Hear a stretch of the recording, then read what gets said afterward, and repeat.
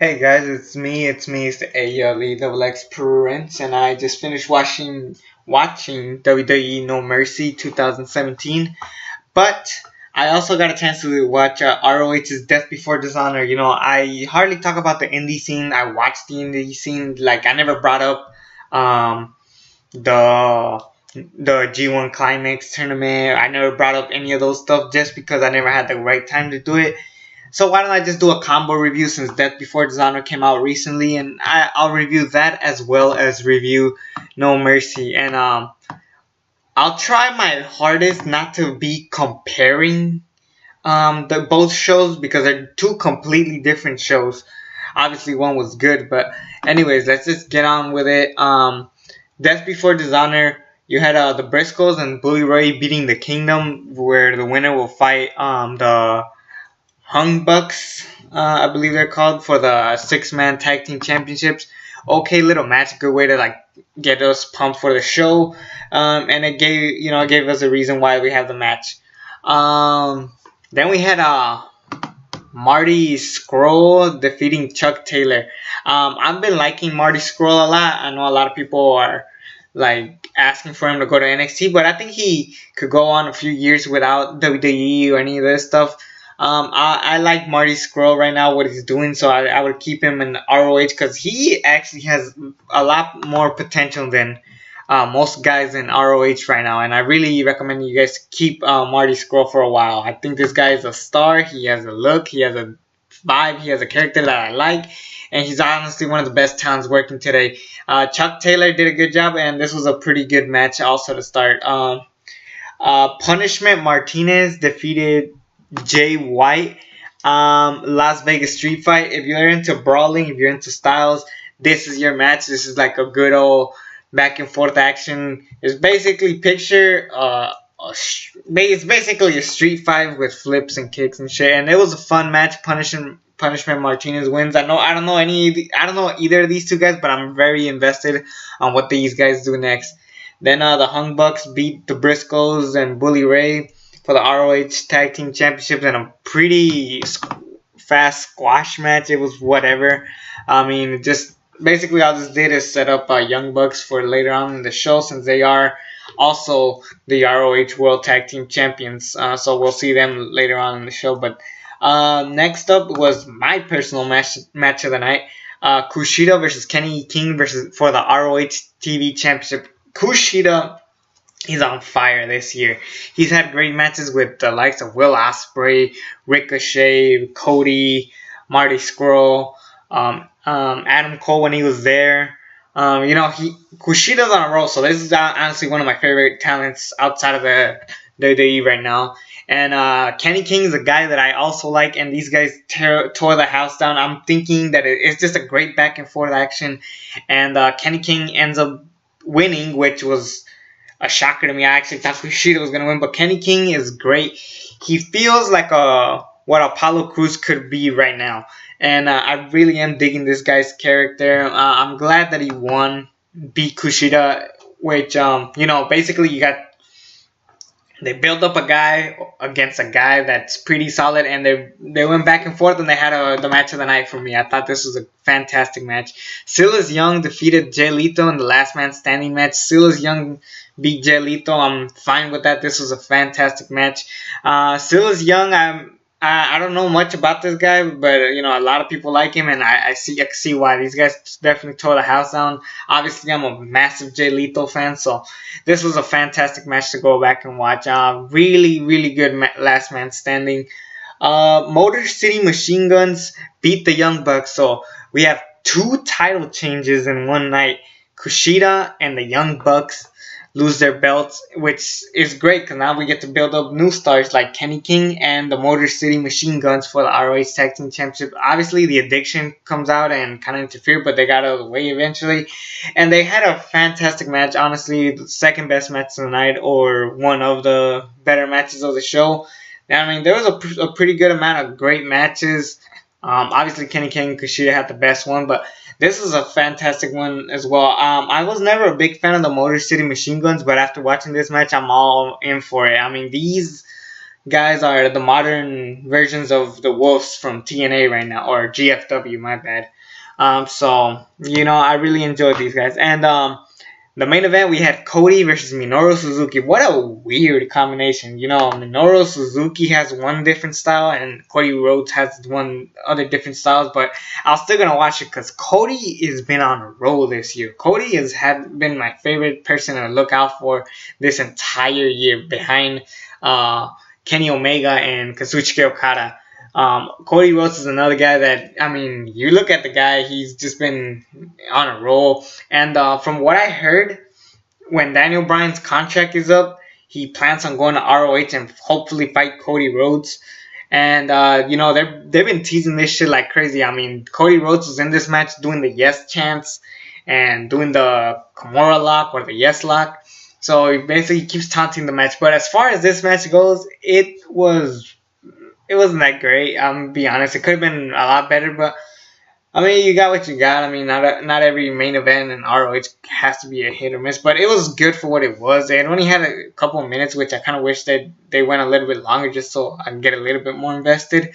But as far as it goes, it was fine. Cody is basically a different type of heel where he's running away, but at the same time cheating to win. So he's a kind of weirdish character as far as what his accomplishment is. So but I'm still excited for Cody Rhodes.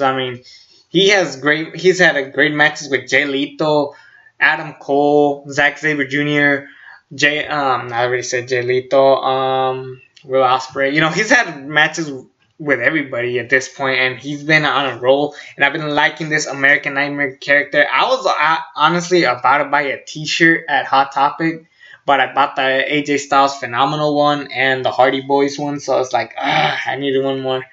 I know there's a buy two get one free deal, but I had to get some shit for my sister, so you understand. Anyways, that will be it for ROH's Death Before Dishonor. While not a fantastic show, I thought it was good because, shit happened. Championships change, moments happen, and you're just excited for what ROH is up for next. So overall, I'll give it a solid B+, 8 out of 10. It's a really, really good show. It's definitely worth your watch. I really enjoyed it for the most part. Now we move on to No Mercy 2017, which just finished off airing, and overall, I gotta say, let's see. It was going good until like the last hour, which is like a big problem with WWE these days. The last hour tends to be the biggest fuck up of the whole night. And also, Brock Lesnar just being a lazy fuck is just irritating the shit out of me. Now, we kick off the night with The Miz versus Jason Jordan for the Intercontinental Championship. This is a good match, but you could easily tell Jason Jordan ain't ready for the picture. It was going really good, and then Jason Jordan was dumb enough to actually pick up, what's his face, Curtis Axel or Bo Dallas, one of the guys. He throws him off, and he basically cost his own chances of being the IC champion, which was stupid. And Miz retained. So I'm glad that the Miz retained because honestly, Jason Jordan was not yet ready. And especially after that promo that he cut later where he's like, people say Kurt Angle sucks. Miz sucks. It was so bad. It was like super bad. It's like whoever wrote that should get fired. Honestly, it was so bad. And then, I'm just waiting for Jason Jordan to turn heel or they do something with him, because Jason Jordan ain't doing it for me. He has the ability, he has the charisma, he has the look, but he's lacking on promos and he's a terrible babyface. Kind of like Roman Reigns, huh? We'll get to him later. Finn Balor defeated Bray Wyatt once again, and this was embarrassing. Finn Balor comes out, Bray Wyatt beats the crap out of him. Finn Balor was about to leave. And then Bray Wyatt basically calls him out, and then Finn Balor is like, you know what, fine, I'll do the match.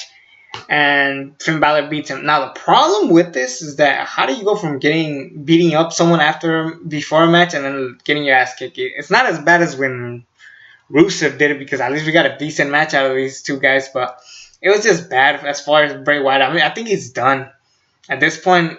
Honestly, keep Bray Wyatt off TV. And then bring him back at the Royal Rumble. Because Bray Wyatt needs a break from WWE. He needs to do something else. He needs some time off. That's what I'm thinking. I mean, they did the same thing with Ryback at one point. I remember Ryback was, I mean, they wanted to get him over, but nothing was working for him, so they gave him a break and they let him go. And I think Bray Wyatt needs that right now. Finn Balor, he could go for the IC belt at this point. Also, a big rant with Finn Balor. This guy can't sell for shit. Finn Balor is not good at selling. He goes from getting his ass kicked to then beating the shit out of Bray Wyatt. And he's like, oh yeah, I'm injured.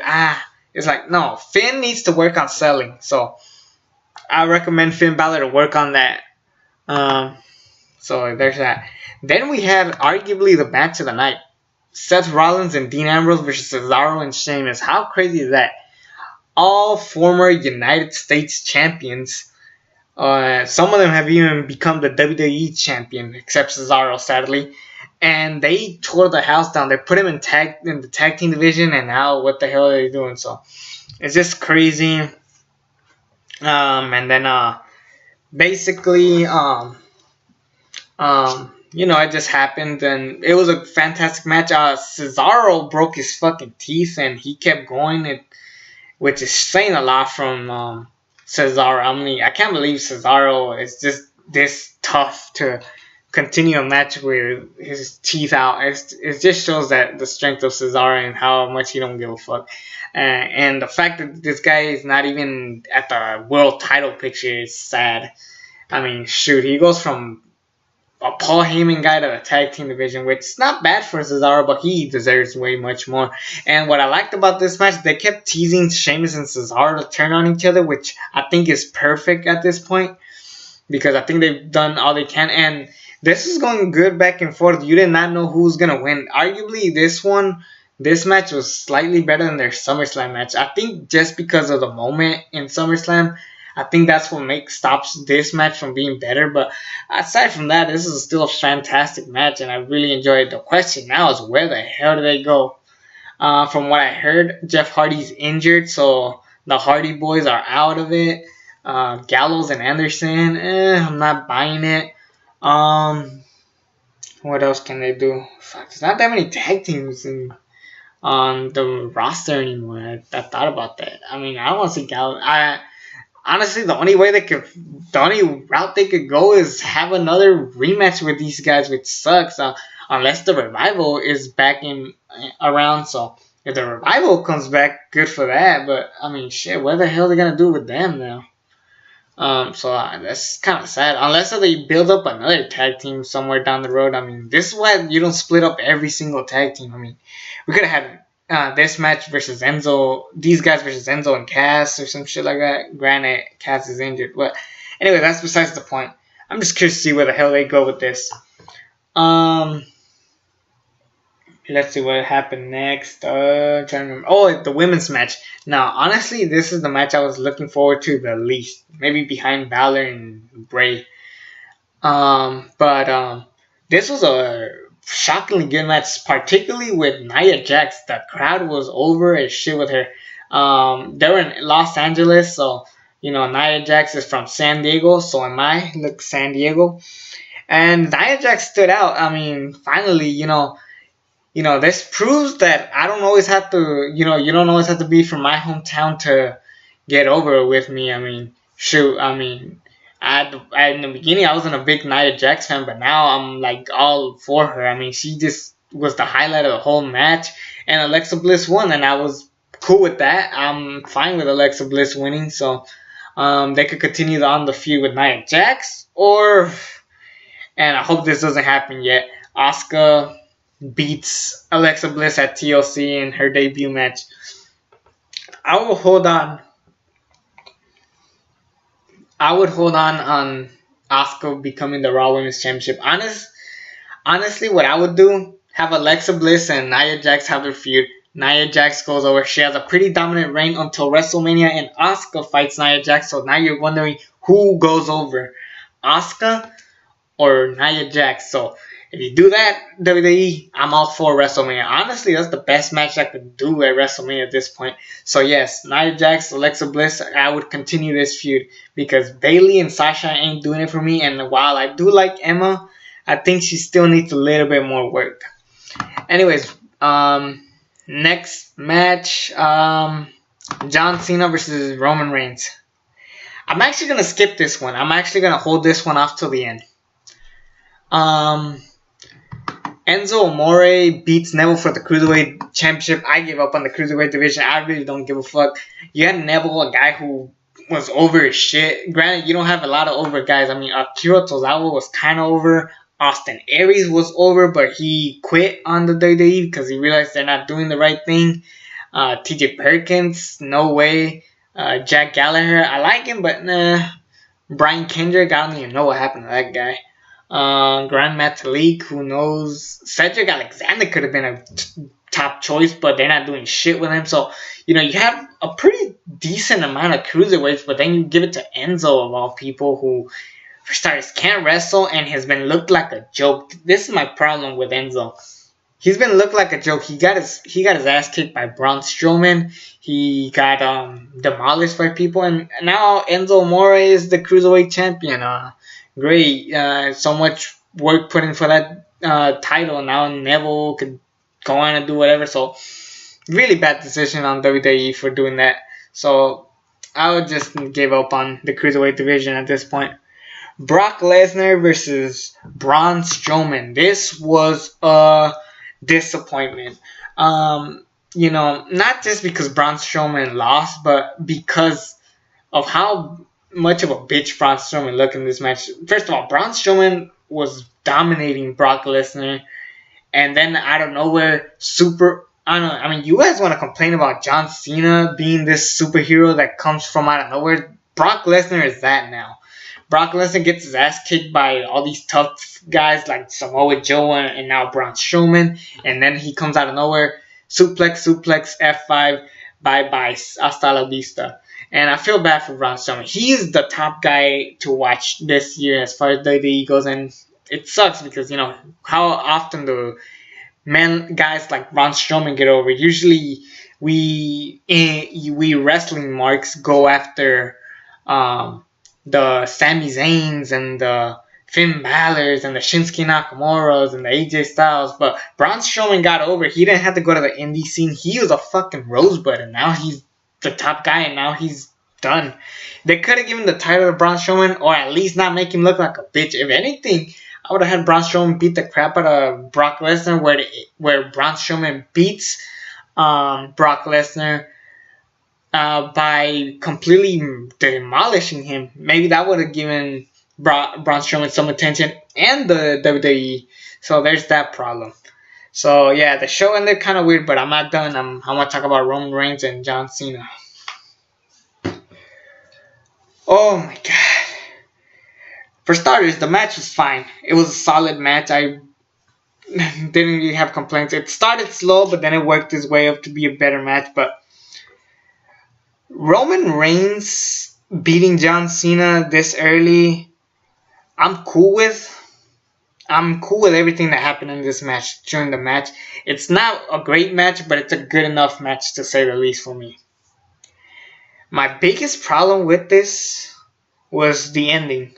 You built up this feud of John Cena, bearing the shit out of Roman Reigns, like, man, this guy sucks. And then Roman Reigns, he found a way to beat him. However, it wasn't as believable because it took 4 FUs, which is really ridiculous at this point. And then when Roman Reigns wins, they shake hands. I mean, I'm tired of this shaking hand bullshit. I mean, for once, can we build up a story where we don't have to deal with a handshake? See, it worked with Hollywood Hulk Hogan and The Rock because the difference there is that Hulk Hogan was built up as a heel. The Rock beats him. And, when the crowd was marking out for Hulk Hogan, they realized that they missed that Hulk Hogan, the one that did this shit. So, because Roman Reigns is not that guy yet, and he's not a babyface. He's not. He's not a babyface. I mean, he retired Undertaker in a storyline. He basically screwed up Finn Balor's potential of being the Universal Champion once again. Besides putting over Braun Strowman, what has Roman Reigns done? I mean, to be a babyface. I mean, he's not a babyface. He's a natural heel. And if you guys work him as a heel, he would have been over as he is right now. And I mean, I'm not blaming Roman Reigns for the reasoning about the whole crowd not being an empty crowd. I blame Raw being 3 hours, if anything. People gotta realize that's the reason, because Raw is actually pretty good. The problem with it is that there's so much hours to fill where, they have no choice but to put filler in the show. So I'm just saying WWE should cut off that last hour, because it's just not helping anybody. So Roman Reigns could just be the next top guy. And I heard rumors that John Cena retired. He's not. I heard he's not going to be at WrestleMania because of the whole Bumblebee movie. However, if this is the last time we're going to see John Cena for a while, I mean, they're definitely going to bring in John Cena saying, you know what, WrestleMania 35, that's my last WrestleMania. I'm going to take on someone, to put over, or some shit like that. But, I mean, what I'm trying to say is Roman Reigns as a face is never going to work out, especially the way this thing was built. I mean, he has the wrestling ability, he has charisma. The problem with him is that we keep relying on this guy who, at this point, is not yet quite built up yet. I mean, you think about a guy like Dwayne "The Rock" Johnson. He went from Rocky Maivia to what he is today, but he built up little by little. And Roman Reigns is, basically they just pushed him because reasons. I mean, he went from the Shield. Granted, he did a fantastic job starting as a heel, but as the Shield member, and then at Survivor Series 2013, that was when he shined, and I really enjoyed that. Eventually, people realized that he's not. They're trying to push him way too fast when he won the Royal Rumble, and just the way that it was all big shenanigans, being the wrong place, wrong time. And then they realized, you know what, Roman Reigns, it maybe isn't the top guy yet. So I guess the problem with Roman Reigns is just how they're building him. I think if you build him up little, now, in one hand, I'm not blaming everything on Roman Reigns. They're just doing the best that they could. So there's that. The problem now is, where do we go with this now? I mean, Brock Lesnar left. He does not have. We don't have a Universal Champion.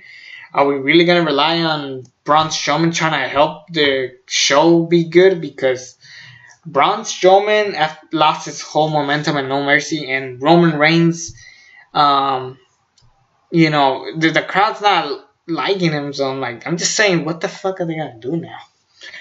Anyways, I'm kind of tired right now. I just want to go to sleep. I'm tired. I gotta go to school. Stay tuned tomorrow. I just watched Kingsman: The Golden Circle, so I'll be reviewing that movie very soon. Till then, it's me, the ALE XX. Subscribe to the channel if you haven't already. I'm out.